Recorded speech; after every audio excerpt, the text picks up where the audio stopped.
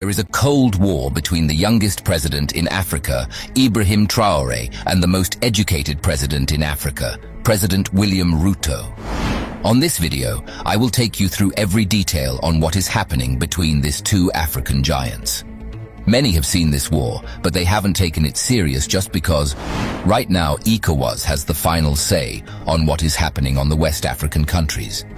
And if you may allow me say this, ECOWAS commissioner has already given a statement that they are ready to invade Niger any time from now. While on the other hand, a group of locals in Niger's capital, Niamey, have vowed to recruit tens of thousands of volunteers to fight alongside the Nigerian army in defense of their country, against the backdrop of impending Western-backed ECOWAS military intervention. Residents spoke out openly in support of the recruitment, which is already underway, with thousands signing up. Mothers and fathers vow to do whatever they can to support the country's military in what they call the real fight for our freedom. One woman said, "I will pray for our soldiers. I will cook for them.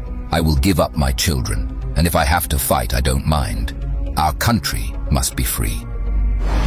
And this is why I said earlier that the worst kind of war to engage in is one in which the citizens are the army. How do you fight and win this war? If the aim isn't to ignite the entire region and set it on fire, we wouldn't be talking about war here, because I see another Ukraine brewing on the West African coast. But unlike Ukraine, where citizens ram from recruiters and escape the country rather than volunteer to fight, maybe because they know it's a proxy war, the Nigerians aren't running away. They're staying back to fight and defend their country. And they have support not just from Mali and Burkina Faso, but from places many people will not believe until the actual war starts. Trust me, if this war ever happens, it'll be the biggest thing that's ever happened on the continent of Africa because it holds the key to the liberation of the entire continent. And this is why I think that the African countries on the side of the West must think twice before embarking on this potentially ill-fated voyage. I know what I'm talking about. There isn't going to be another Libya on the continent of Africa. You can take that to the bank and cash it. And if that doesn't tell you something, I don't know what will. Let's leave that aside and let me dive into the topic of today. What is happening between Ibrahim Traore and President William Ruto? It's not a long story. Please let me explain. 35-year-old President Ibrahim Traore of Burkina Faso has called for African countries to put their energy on developing themselves. In a report that has been shared by a reliable source of information, it has been reported that young president has stated that as long as there is no development in a country, youths will always leave the country in search of greener pastures. This is happening at the same time when it has been reported that President Traore has stated that any military intervention in Niger by another country is going to be taken as a declaration of war against his country. Several sources have confirmed that the president said this amid claims that France was planning a military intervention in Niger to restore ousted President Mohamed Bazoum back as the president of Niger. Speaking about this, President Traore has stated that any attempt by any country to conduct such an operation is going to be dealt with by his government. They will respond by force.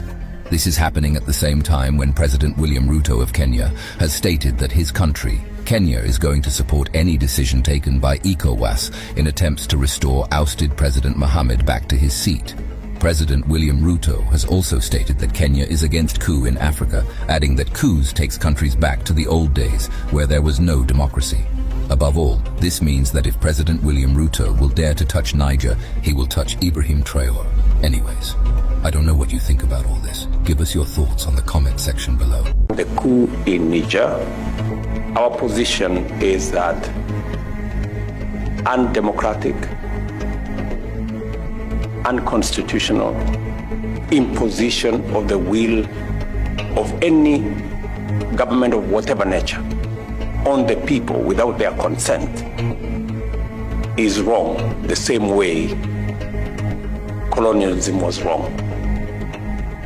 And that Africa can only proceed into the future if we allow the people of our countries and of our continent to determine their destiny and to choose their leaders in democratic means, using democratic means. The way you do here in Mozambique, and the way we do in Kenya, and the way it is done in many parts of our continent. And therefore, as a union, in the Africa Union, we are against any undemocratic removal of any government.